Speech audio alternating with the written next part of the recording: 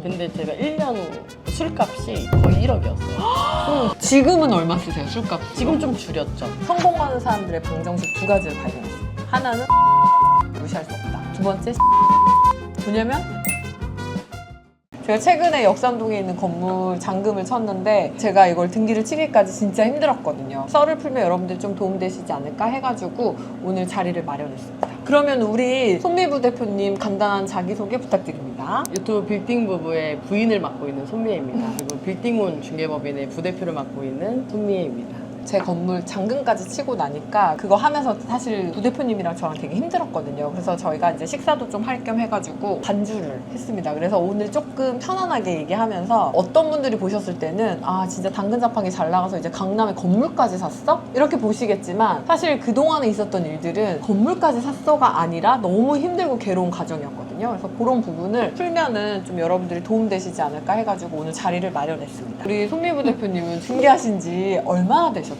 빌딩 중개를 시작한 지 13년 차입니다. 그러면 제가 연세가 어떻게 되세요? 연세요. 연세가? 제 방송에도 나이를 얘기를 잘 안 하는데 아니 왜냐면은 상당히 어려 보이시는데 벌써 13년 차면 커리어가 장난이 아닌데 제가 부동산과를 나와가지고 이제 졸업하기 전에 이제 입사를 해서 21살 때부터 시작을 했고요. 조기 취업. 믿기 어려우시겠지만 91년생입니다. 네 대단하십니다. 근데 부동산과를 나온다고 하더라도 뭐 개발로 갈 수도 있고 자기 사업을 할 수도 있고 다양하게 이렇게 가실 수 있는데 어떻게 빌딩 중개를 그것도 강남에 하시게 되신 거예요? 그것도 20살에? 저는 정신 빠지게 놀고 있을 때 그냥 솔직하게 말해도 되죠? 그럼요. 전 사진학과를 가고 싶었어요. 전 포토그래퍼가 꿈이었는데 저희 엄마가 간호학과 아니면 부동산과를 가라. 어머님이 약간 성견지명이 있으셨던 네. 것 같은데요? 근데 제가 이제 간호사는 안 될 것 같은 거예요. 주사를 맞는 것도 싫어하지만 놓지도 못할 것 같아서 엄마 간호사는 안 돼. 그래서 부동산은 모르잖아요. 그럼 부동산과는 관심이 없어. 그랬더니 엄마가 뭐라 그랬냐면 공인중개사 자격증을 따면 1억을 줄게. 그러면 너가 그걸로 뭐 사진을 찍든지 뭐 사진관을 차리든지 알아서 해라 라고 해서 그럼 콜라고 해서 부동산과를 받기 위해. 갔어요. 네, 1억을 받기 위해. 근데 막상 가니까 부동산과랑 공인중개사랑은 또 다릅니다. 그 자격증 달라요? 시험을 따로 봐야 되고 전 가면 주는 줄 알았어요. 배우면은 금방 볼 수 있는 시험인 줄 알았는데 그런 거 아닌가요? 공인중개사는 정말 어려운 시험이고 학교에서는 비슷한 걸 배울 뿐이지 좀 달랐어요. 1학년 지나고 이제 방학 때 저희 아빠가 다른 애들은 알바라도 하는데 너는 아무것도 안 하냐? 근데 제가 웃으면서 취업을 해야겠다.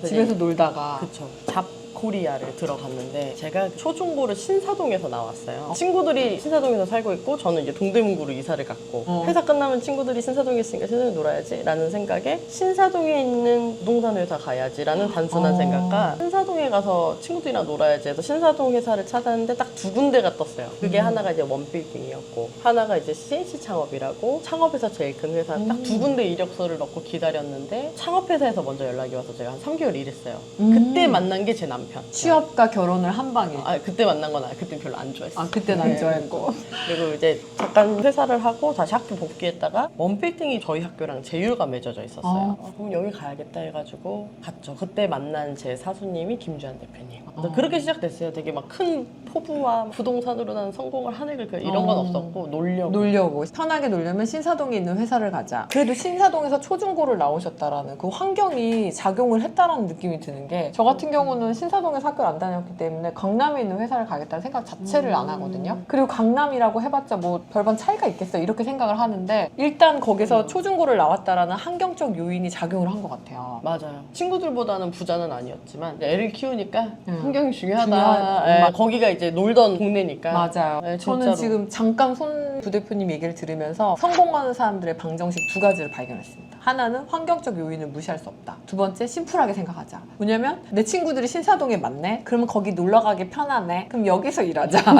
그냥 정말 되게 심플한 사고가 결국은 나의 가능성을 열어놨다. 이런 생각을. 근데 저도 간호사 하다가 내 거 해볼까? 그냥 이게 다였거든요. 약간 심플하게 생각하는 그 사고가 결국은 손미부 대표님의 가능성을 열어준 거 아닌가? 이런 생각을 했습니다. 근데 많은 분들이 어떤 선택을 할 때 진짜 생각을 많이 하거든요. 그러다 보니까 부정적인 생각이 끝나는 경우가 되게 많아요. 잘된 케이스인 게 신사동에 내 친구들이 많네? 글로 가야겠다, 놀아야겠다. 그렇게 딱 맞아요. 해피엔딩으로 끝났는데 실제로 그럼 내가 신사동에 갈 수 있을까? 그럼 난 어떤 회사를 가야 되지? 내가 평생 다녀야 되는데 괜찮은 회사는 어디지? 이렇게 될 수가 있거든요. 그래서 생각을 많이 할수록 부정적인 생각의 끝이 나는 경우가 되게 많은데 그래도 심플하게 생각하셔서 오히려 잘 된 거 아닌가 이런 생각이 듭니다. 그렇게 해서 중개법인에 들어가셨는데 그때 나이가 몇 살이신 거예요? 21살이요. 와, 그러면 학교를 졸업 안 하신 거예요? 아니요, 다니면서 했어요. 취업계를 내고 제휴가 맺어져 있었으니까. 그래서 여기까지 들으면 진짜 멋있거든요. 21살 때 조기 취업으로 이미 자기의 진로를 결정을 하고 그리고 남들은 방황하는 시간에 방황하지 않고 바로 이제 일에 집중하신 건데 가만히 생각해보면 21살, 22살 때 그 강남 빌딩 중개라는 엄청난 것들을 어떻게 다 감당을 하고 해냈는지가 저 감이 안 와요. 저는 솔직히 냉정하게 얘기하면 제가 빌딩을 사러 갔는데 21살 중개사님이 중개를 해주신다. 저는 믿음이 안 갈 것 같긴 하거든요. 그걸 어떻게 감당하고 견디셨는지 궁금해요.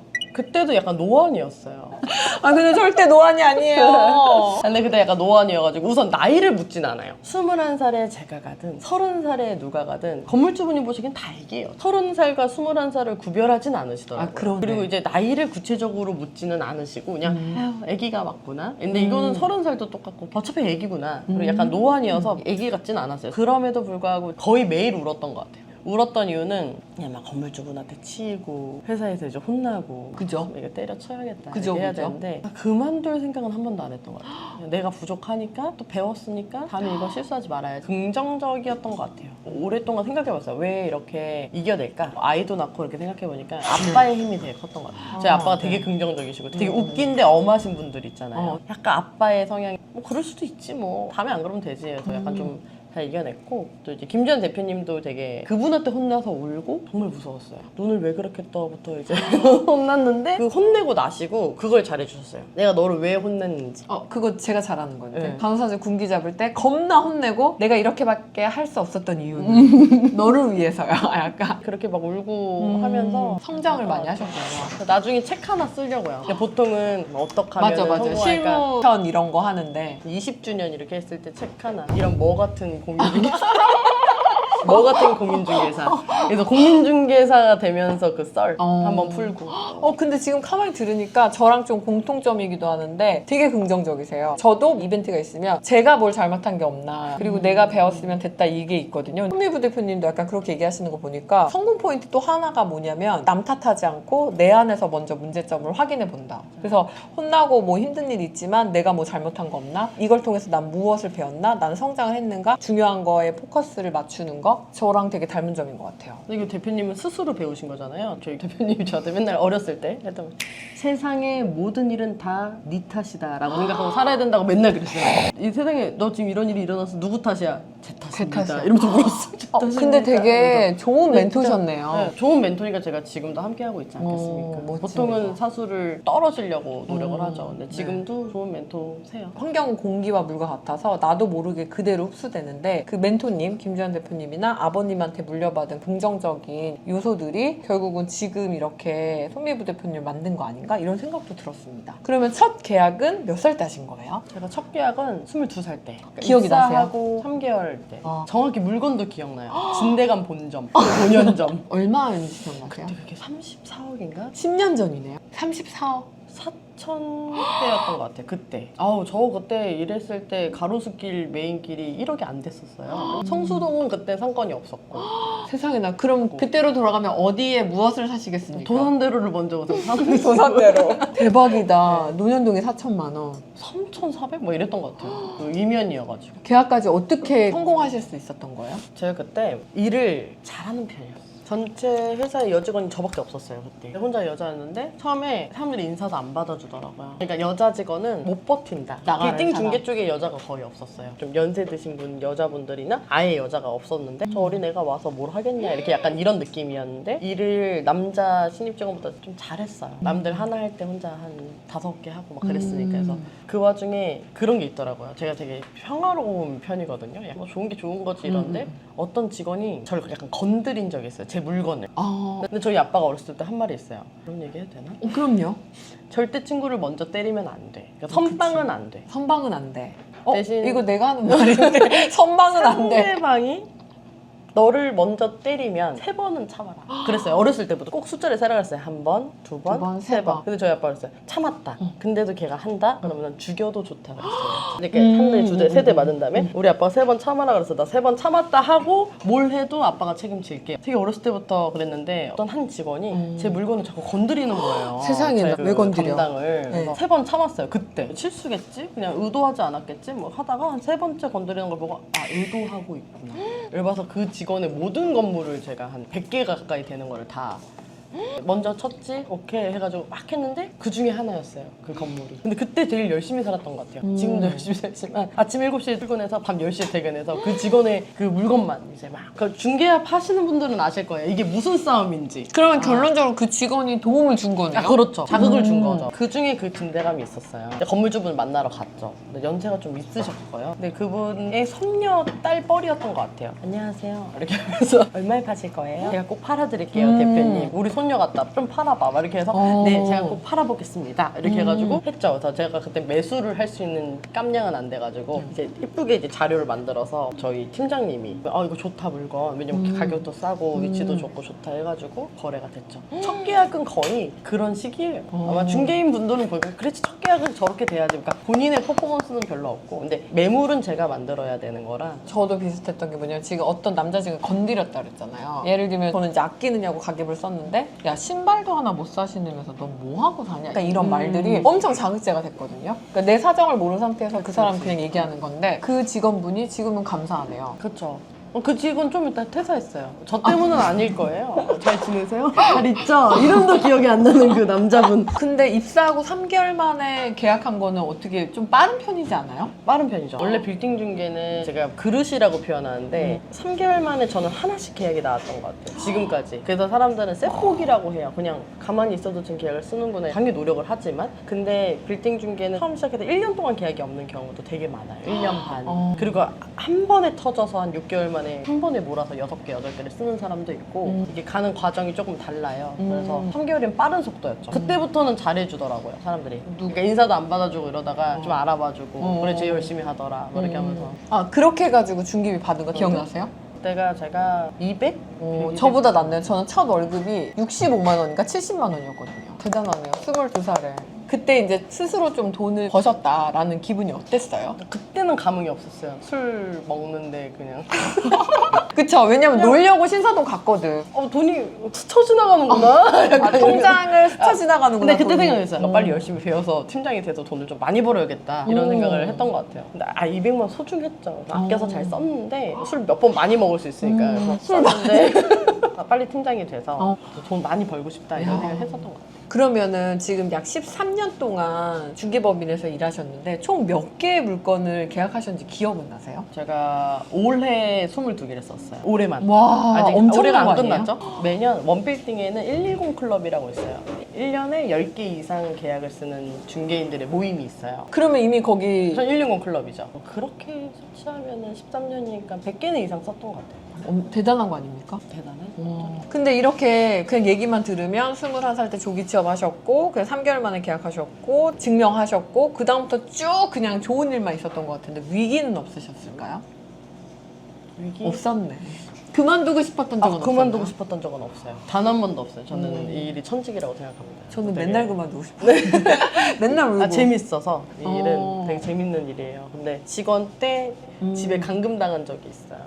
이유는 술을 너무 많이 먹고 다니니까 엄마가? 엄마가 너는 회사를 다니는 거니 술을 먹으러 다니는 거니 이렇게 하면서 낮에 열심히 하는 건 모르시니까 그래서 집에 감금당한 적이 있어요. 그래서 출근하지 마라. 부동산 다 때려쳐라. 이래서 그러니까 엄마가 보기에는 일은 그렇죠. 안 하고 술만 박봉에 먹고 다니고. 그러니까 그때는 기본급이 얼마 안 되니까. 그러니까 저희 엄마가 생각했던 부동산은 이제 1층 부동산이었던 거예요. 그냥 그러니까 이렇게 저희- 혼자 조그맣게 네네, 하면서 그러니까 구조원분들 이제 뽑잖아요. 그러니까 너는 자격증을 따가지고 이제 엄마랑 이제 동네 이제 이모들이 네네. 동네를 도와줄 할게. 거야. 그런 느낌이었는데 도와줄 거야. 그런 거는 안 하고 계속 갑자기 중개법인에 들어가서 법인에 들어가서 기획 부동산인지 맨날 술만 먹고 사기꾼 다니고. 지금은 잘해주십니다. 근데 저희 엄마 되게 특이하세요. 네, 저희 빌딩 부부인 거 아시거든요. 가끔 네. 댓글도 다세요. 근데 되게 남처럼 다 알아요. 보기 좋아요 막 이런 식으로 항상 응원하고 있어요 이렇게 하는데 저희 빌딩 부부잖아요. 근데 저희 거를 보고 빌라나 이런 거 하시는 또 이렇게 유튜버들 많잖아요. 여기 지역을 지목하세요 막 이런 거죠. 네. 그거 나한테 맨날 링크 보내서 이런 것 좀 봐, 이런 것 좀 보라고 보내줘요. 저희 엄마는 그래요 저한테. 아니, 저희 엄마는 제가 울 때 같이 운대요. 유튜브 보고. 그러신가 봐요. 엄마들은 다. 근데 얘기만 들으면 22살부터 진짜 열심히 지금까지 달려오신 거잖아요. 이렇게 열심히 사시는 이유가 뭐예요? 제가 보기엔 결혼 전까지는 열심히 안 살았어요. 재밌게 살았던 것 같아요. 3개월에 살았는데 하나씩 계약을 계속 근데 계약은 하고. 나왔던. 근데 지금은 제가 결혼을 좀 일찍 했어요. 27살에 했고 28에 애를 낳았죠. 허니문 베이비라. 지금 다행이라고 생각하는 거는 애를 빨리 낳아서 너무 다행이다. 왜요? 제가 아마 지금까지 결혼을 안 했으면 지금 어디 술을 아마 많이 먹고 있고 번 돈 그렇죠. 다 술로 쓰고. 네, 왜냐면 제가 근데 이런 얘기 해도 되나? 24살부터 팀장이었잖아요. 25, 6, 7, 3년을 재밌게 놀았거든요. 근데 제가 1년 술값이 거의 1억이었어요. 24살, 5, 6살 때. 지금은 얼마 쓰세요, 술값? 지금 좀 줄였죠. 근데 그 외 사이드로 들어간 돈이 좀 많기는 한데 대박이다. 1억이면. 근데 도대체 뭘 먹으면 이런 게 아니, 뭘 어떻게 아. 드시면. 그러니까 예를 들어 좋은 데 가서 놀았으면 억울하지도 않지. 예를 들어 그걸로 명품백을 샀으면 내가 더러운 건데 술을 저는 이렇게 6명이서 안 먹어요. 30명씩 먹어요. 그걸 다 결제하시는 거예요? 피리 부는 애들랑 가자 야 빨리 와 이렇게 해가지고 일주일에 한 주 5일을 술을 먹어요. 그러니까 하루에 술값이 이제 50, 100 그러면 금방 써요. 이거. 그럴 것 같아요. 그럼요. 생각도 못해서 50, 100. 30명은. 그걸로 내가 가방을 샀으면 그러니까. 뭘 그걸로 오피스텔을 샀으면 지금 부자야. 그럼요. 월세를 받았어도 그때 얼마를 받았어. 내가 당근자판기 대표님 알아가지고 경매했으면 그때 임대 부자예요 제가 지금. 그럼요. 근데 그때 이렇게 놀다가 결혼을 하고 애를 낳는데 아, 그때 정신을 차리셨군요. 맞아 약간 정신을 차리기보다는 임신하니까 술을 못 먹잖아요. 그러네. 근데 애를 낳으니까 약간 좀 술을 못 먹게 되고 이러면서 아. 하는데 애가 너무 이쁜 거예요. 아이를 조금 더 자주 봐야겠다. 일하는 시간 외에는 아이를 보고 하면서 근데 스토리에는 거의 점심은 샐러드 드시고 저녁은 항상 삼겹살에 소주를 드시는데 많이 줄어든 거다. 많이 준 거예요. 그 전에는 더 많이 먹었어요. 저는 아예 술을 먹을 줄 모르니까 상상이 안 돼. 지금 이제 먹고 있는데 진짜 오랜만에 사케를 먹는 거예요. 4일째 먹고 있어요. 맛있네요. 여기에서 이제 못 못 버티고 나간 사람들의 차이는 뭘까? 끈기가 좀 부족한 거. 돈 버는 일은 힘든 건데 맞아. 큰 돈을 벌려면 원래 더 힘들어야 되는 게 사실이고 당연히 거기서 전문성이나 책임져야 될 게 큰 부분인데 끈기가 부족하거나 이렇게 외부의 요인에 많이 흔들리시는 분들 그런 분들은 오래 못 버티시나요? 네. 그냥 일반 투자하는 거랑 되게 비슷하네. 근데 생각해보면 이게 특별한 게 아니라 다 아는 내용이잖아요. 아 근데 그만큼 겁나 힘들어요. 중개인이신 분들 알까? 너무 힘들어요. 저희가 보통 10년 이상 빌딩 중개를 하면 동원장애 이걸 먹습니다. 아유, 근데 어떤 이유 때문에? 제가 보기에 세상에 제일 돈 벌기 힘든 일은 사람을 대하는 일이라고 생각해요. 맞아. 진짜 맞아요. 그 중에 큰 돈이 오간다? 휘말려요. 이게 맞아요. 계약을 진짜 하면 맞아. 너무 좋겠다. 잔금날 너무 기쁘지? 하고 대표님이랑도 얘기했지만 계약할 때 잠깐 기뻐요. 고객이 전 재산이잖아요. 저희는 중개 수수료를 잊는다고 생각하지만 고객은 전 재산인데 맞아. 이 전 재산을 이 상황에 의해서 잃는다라고 생각하면 발 뻗고 잘 수가 없어요. 맞아. 이걸 해결하려고 하다 보면 근데 그게 한 건이 아니잖아요. 맞아. 너무 이제 힘들죠. 그런 기가 것들 안 못- 들려서 그만두는 사람도 있고요. 못 버티는군요. 뭐 머리 스트레스가. 땜빵 막 기본이고. 그거 다 스트레스 저도 때문에. 기회 한 번 안 들려보고 머리 여기 원형탈모증 와봤고 저는 그럼에도 불구하고 그냥 계속 했더니 뭔가 이제 그때서야 되더라. 그러면은 13년 차 정도 되셨고 이제 막 입사하시는 분들 있잖아요. 그런 분들한테는 어떤 얘기를 주로 많이 해주세요? 버텨라? 아니면 네 길 아니면 빨리 그만둬라? 최근에는 대화를 잘 못했어요. 너무 바빠가지고. 네. 남편이랑 대화할 시간도 없는데 어떻게 대화를 맞아요. 하겠어요? 그래서 맞아요. 대화할 시간이 진짜. 없었고 제가 주로 많이 직원들이랑 같이 얘기를 하면은 버티라고 많이 하는 것 같아요. 버티고 그리고 별거 아니다. 별거 아닌데 제일 많이 하는 말은요. 돈으로 해결되지 않는 일은 세상에 없다. 건강 빼고. 중개 일을 했을 때 막 줄 것 같아도 적재적소의 매도와 매수인의 어떤 비용과 중개인이 어떤 책임으로 해결 안 될 일은 없어요. 맞아요. 저도 옛날에 병원에서 근무할 때 이제 신규 간호사들이 오면 했던 얘기 중에 버티던지 빨리 그만두고 자기 길을 찾아가던지. 왜냐면 이거는 사실 생명을 다루기 때문에 이 사람의 하나의 문제가 아니라 누군가의 생명과 관련되는 문제라서 이 사람의 헌신과 그리고 몰입이 없이는 있을 수가 없는 일이거든요. 그러다 보니까 빨리 그만두든지 할 거면 제대로 하던지 그 얘기를 많이 해줬던 것 같아요. 제 영상을 보시는 분들 중에서 성공하고 싶다. 나도 내가 하던 일에서 탈피하고 또 새로운 일을 시작하고 싶다 하시는 분들도 많거든요. 그런 분들한테 한마디 부탁드립니다. 할 말이 없으시고. 저는 그렇게 생각합니다. 세상에 늦은 일은 없는 것 같아요. 제가 13년 동안 중계를 했지만 저는 또 꿈을 꾸고 있거든요.